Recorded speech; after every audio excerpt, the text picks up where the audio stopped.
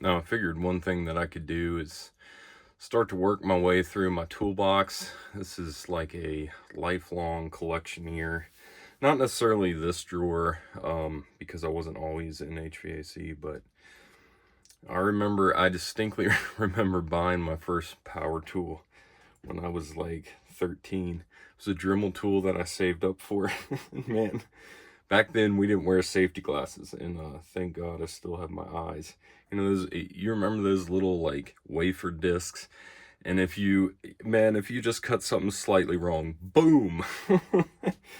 Anyways, if you've been in HVAC for a long time, a lot of this stuff you probably have seen before, but if you're newer to the trade, you might want to go through some of these tools. I've got some real oddballs. I've got some stuff I've made. I'd actually submitted some stuff to TradeFox, but they decided not to develop anything. So, you know, what the heck? I'm going to start putting stuff out there that I've made, because a lot of it made my life easier. But, you know, I don't necessarily think there's a market for some of these things. Okay, without further ado, we got a Malco circle cutter. You know, everybody's seen that.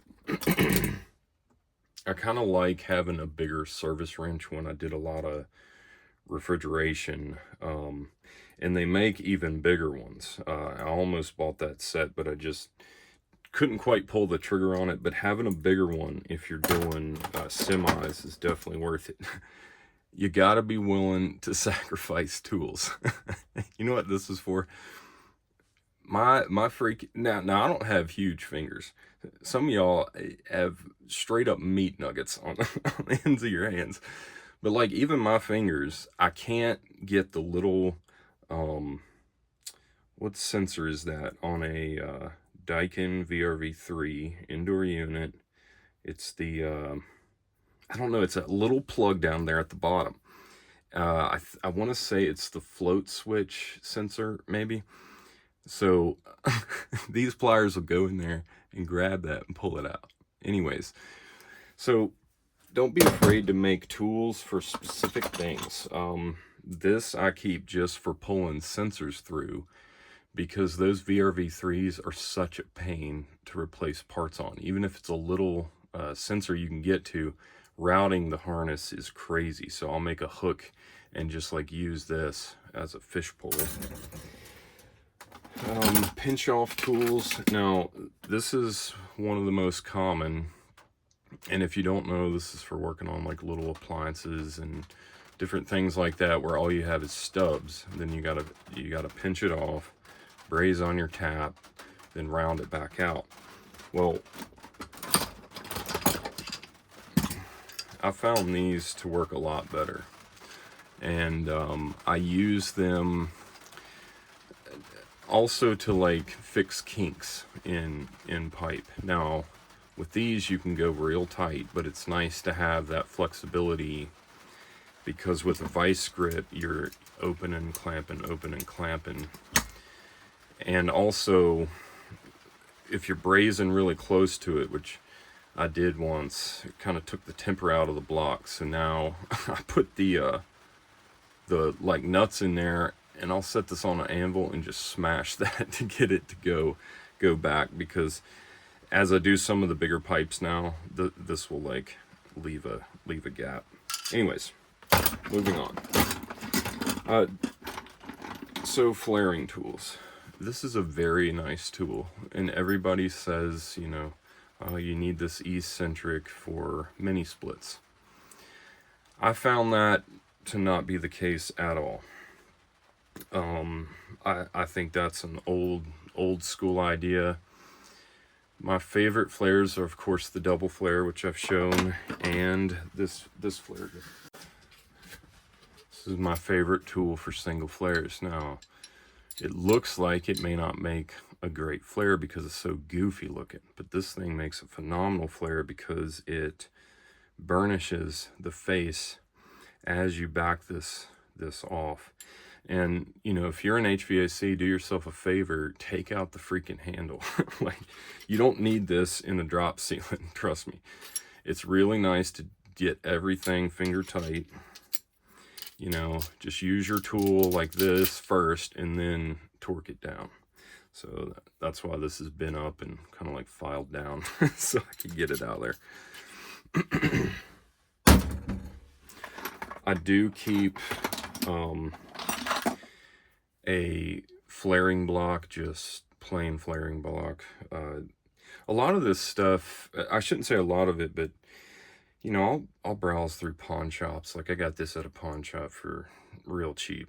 And sometimes you just see stuff and you have ideas for how to repurpose it. Well, this one, so let's say I need a very small piece of copper and I also need to deburr it. Well, I'll put it in here and hold it like this so it's not spinning on me while I'm using like my unibit or something. Obviously, if you do HVAC, you can work on your vehicles. I greatly prefer the 134A systems. They just seemed a lot more straightforward, but you know, I don't like global warming or whatever either. But basically, one thing to know on your vehicles is that most of them are critically charged. So don't buy these cans that have this goofy little dial on them. It's like, yeah, true, you kind of do want a 40-degree evaporator, but really what you need to do is recover it and weigh it back in. I've been surprised, like seeing coworkers just kind of like winging it, and I'm like, dude, automotive AC is a bit different. These little piercing taps. Now, these can be a great way, like on a service call, water source heat pump, low on charge. Bam, throw this on. Now, I wouldn't leave this on, you know, I don't trust them to be long term. But to get a unit going quickly, I carry those.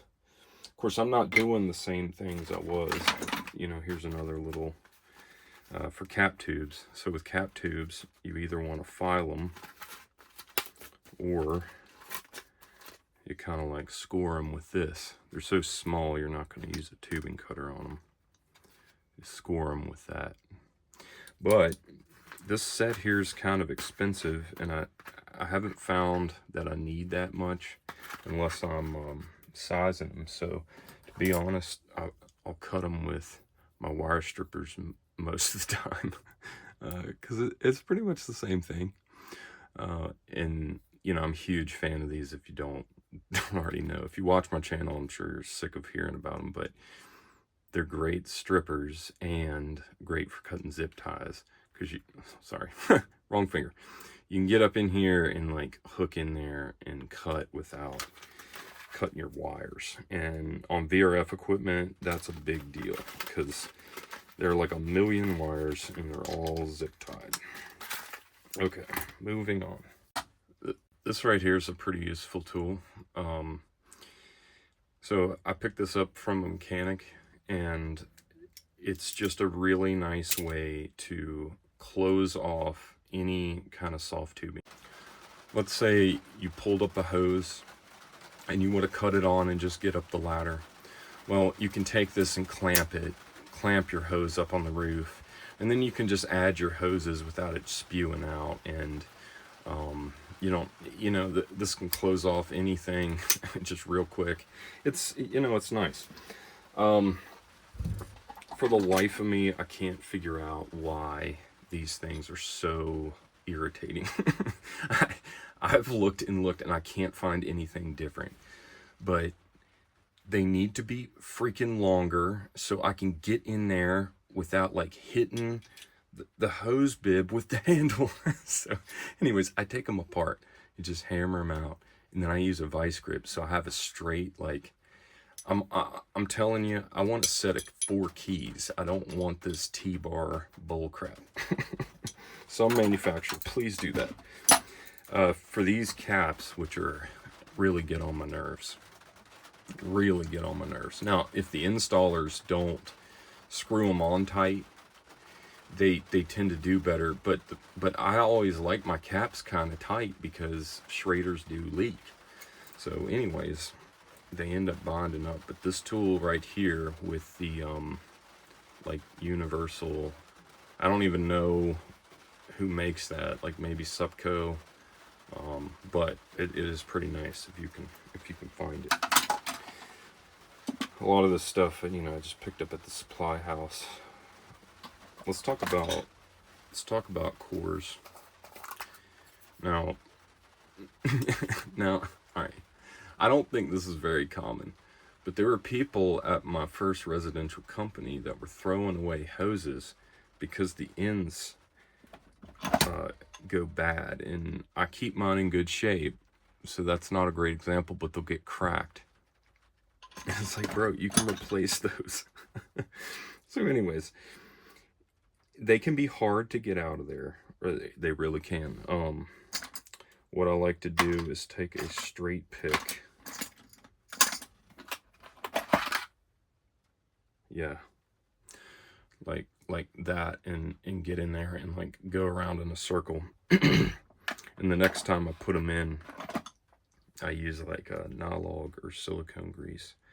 But just FYI, you know, keep your hoses in good shape. And what I've found damages these gaskets more than anything is over tightening. This idea, and I was just talking about the caps. I mean, caps are okay because you're not touching them all the time. But gauges that you're putting on and off, that rubber getting smashed over and over and over, that's what makes it break. All right, this is a little invention that Subco, like I said, this is one of those things that I submitted and they didn't like it, but I like it a lot actually. So what this is, and I'd have to look at what I sent them, but I did a bunch of tests. This is a bicycle inner tube tied around a tap. Now, I wish I had the size of this inner tube, because if you want to make this, I mean, it is awesome. It's kind of like an inch wide, and this thing can stretch over. I know it's at least 1 1/8 inches, I think. And to be honest, if I would probably make a set of them, you know, obviously get one that's about an inner tube that's about that big, but this allows you to fab up pieces on a vise, like filter dryers, the kind with removable cores, and like fab up all this TXVs and all this stuff in flow nitrogen. Because this little thing just hooks around, and as long as your heat is so far away or you wrap it good, and I keep these zip ties right in here, so I'll zip tie that closed and then flow nitrogen, build my whole piece.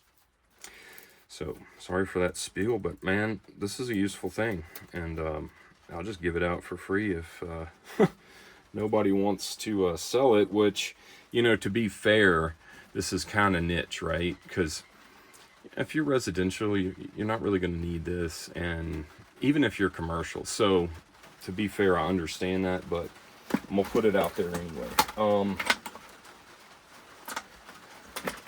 know, I'll do things like the Daikin coils on the VRVs have a horrible problem leaking at the bottom. The bottom half, really, but mainly the bottom 2-3 rows. So these are all the fittings that I need. It's horrible. I keep these in a big pile right here, just so I can take that coil out, braze it in, pressure test it, blah, blah, blah. Had to keep those quick access, but I'm away from that site now. Thank goodness. My protege, God bless his heart, still going strong. Okay, these are pretty cool. I just picked them up at the supply house one day. That's a 70 for heat. This is a 70 for heat. Another 70. So, if you, like one time, the controls for a huge MAU went down, like completely down. But I was able to feed it a manual signal from this. All this is a snap disc that is going to act like a cooling thermostat set to 70. It's got like a 2 to 3 degree deadband and just open close. So keeping a couple of these, like you could put them down in you know, an air handler or something, just to get a customer heat on call. Anything that makes life easy on call is a win. All right, I like these magnets, I really do, but they're pricey, and I looked in there and realized they didn't look like neodymiums or anything that are actually costly. I think they're just ring magnets, and so I've got a video on making these, and these are great for energizing solenoids. They look rough and you might have to retape them every now and then, but they do a great job. It doesn't really matter how thick the tape is out here, because inside, you know, it's gonna always contact that magnet. But I made some extra ones because on VRF equipment, I mean, you can have 6 or 7 solenoids, and if you need to do something, like you don't trust the board to be open and everything, or you need to test something, you gotta have quite a few of those. Stubby gauges, these are nice. I've done videos on them, but just a quick way to connect. You're not losing so much. Of course, most people are going with the probes nowadays. Give me a sec. Okay. Right, I'm back.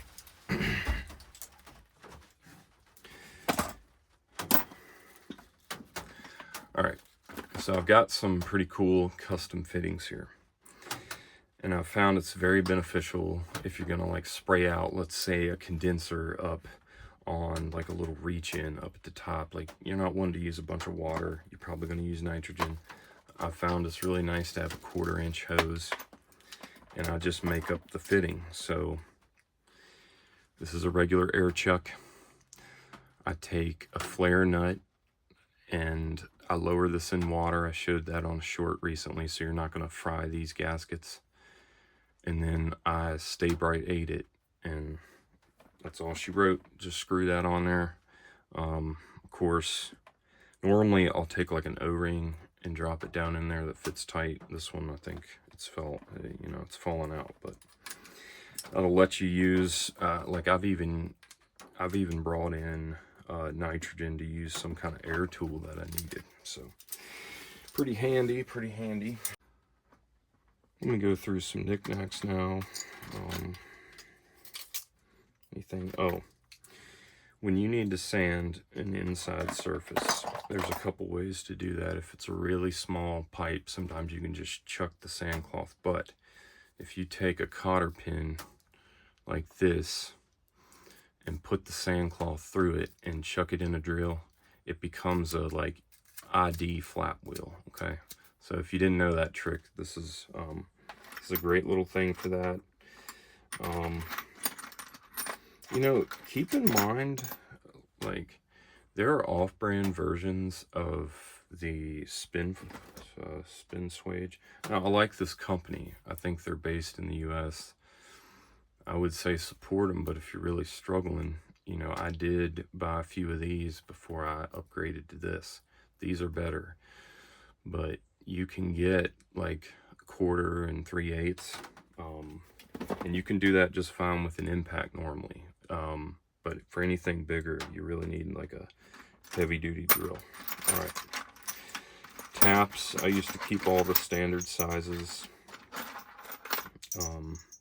for doing like the replaceable filter dryers and a lot of stuff on rack equipment. I just seemed like I always need taps, at least kind of trash I was working on. All right, this is kind of cool. So this is off of a leak seal tube, and it's stainless.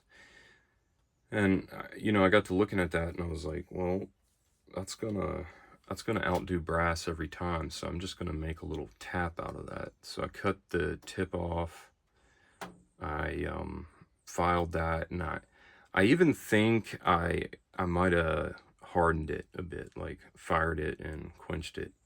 And then this, the same thing. I cut some reliefs for chips. And so, yeah, like this will sort of repair a flare if it's damaged and you're having a hard time getting your hose on or something like that. I got another kit for extracting cores. I did a whole video on that, like train service ports with the metal caps. People just tighten them too tight, and, you know, I can't say that I blame them. It's kind of weird not having a gasket in there. But it'll crush this down and you can't get the core out. So I do have a video on that. This little gadget here, these are flare threads, and what I did was, now it turned out this had already been invented. Like Yellow Jacket has got a full little tool, which is actually really nice. I do own one for changing gaskets, but this was my design before, or at least part of it. Because one of the problems with, here's a good example. When the gasket itself is like sitting down in this piece, it can be really hard because it's a tight fit.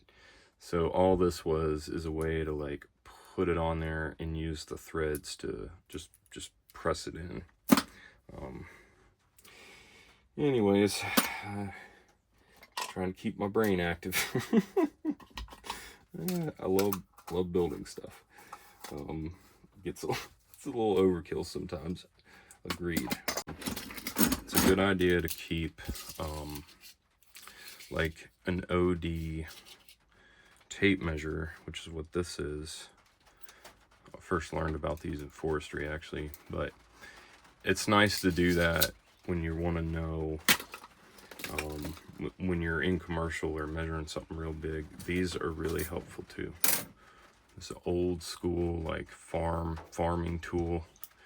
And just so you know, like, now I'm not the best at this always. Like if you ever watch a blacksmith use a hammer, it is incredible. Like slow-mo, they can flip it in the air and come down and hit the other side. It's insane.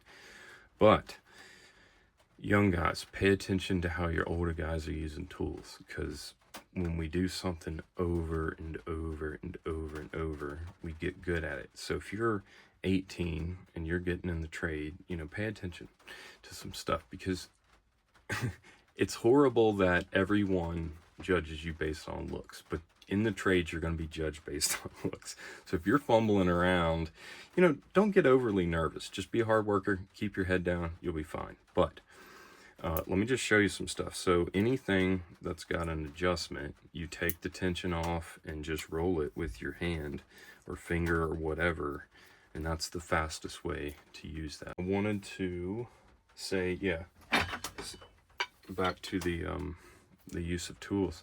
Same goes with pipe wrenches. Like, don't be doing this kind of thing when you know you need it this wide. You know, just roll it out there. You know, there are ways to do it. Even, you know, little details. It's true that a crescent wrench can be used both ways. Let me grab one. It's true that a crescent wrench can be used both ways. Okay, so sometimes, you know, that's the point of having an offset, is this might be the only way you can get in. But in general, you need to, it's just like a pipe wrench. You need to do it that way for loosen and this way for tighten, because the jaws do tend to lock more as you're, you know, turning this way. Okay, but check this out. I know I'm a tool collector. It's true I have a lot of wrenches, but man, these wrenches, I just love them. I love them. And I saw them at a antique store, and they were super cheap, like cheaper than a wrench at Lowe's. So I was like, all right, give me this. I got them both, but made in the USA. The brand is PEXTD. But look at how solid this is, man. I mean, just solid, like solid.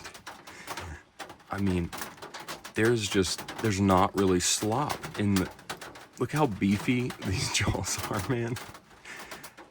And you can even, which this has been done to this one a lot, but I would use my Nipix, but here someone used a channel lock to tighten it down. Like, you can tighten these jaws.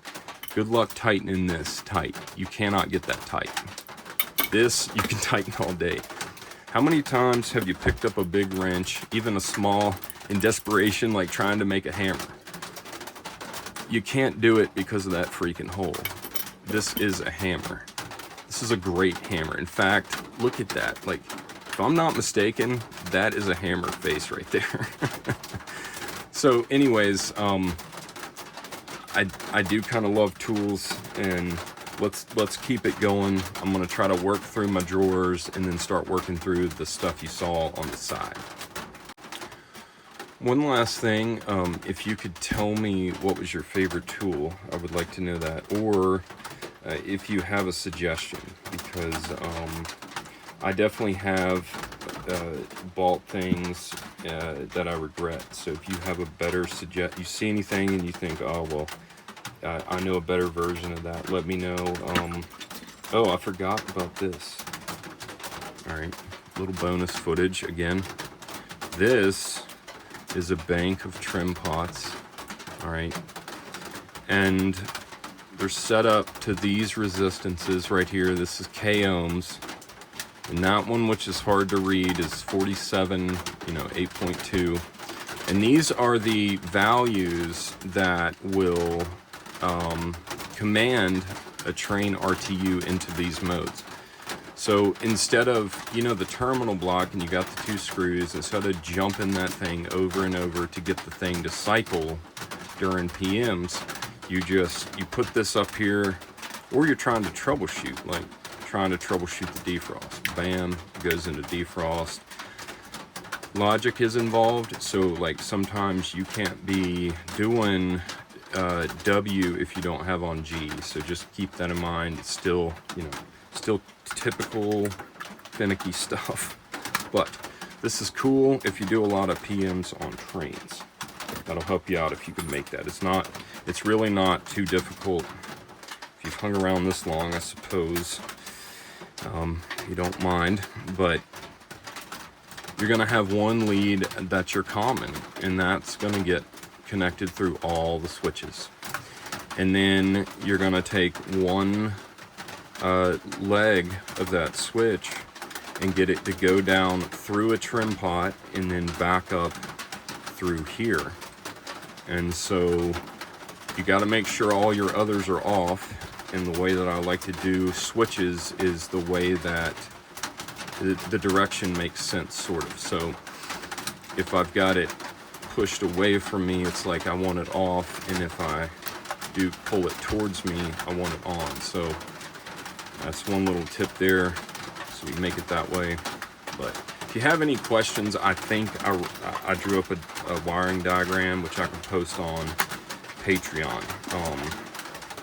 But hopefully it was enjoyable, good educational. These magnets are phenomenal for picking up screws, because you can turn them on and off. So, they're great for picking up screws, and they're great for holding things in place. So these drawers are very frustrating, especially when you're on an incline. If you can't tell, I love magnets. I make everything I can magnetic. If I was younger doing this over again, I would not buy a lot of these tools, but I kind of had to, I was kind of experimenting and trying to figure out what I liked, and so some of this stuff is a bit retired and I need to sell it, but honestly I'm pretty busy and maybe I should just sell it at retirement. Little investment. All right, but seriously, I came from like the mechanic world, and you can go crazy with tools. It is way worse in the mechanic world. I mean, we're talking guys like $40,000-$50,000 in debt. So yeah, like, look at these and just make what you think you need. And I'm not saying that you need to buy all this stuff. This is a collection over decades. So you're a young tech, just take it slow and just buy things as you need them.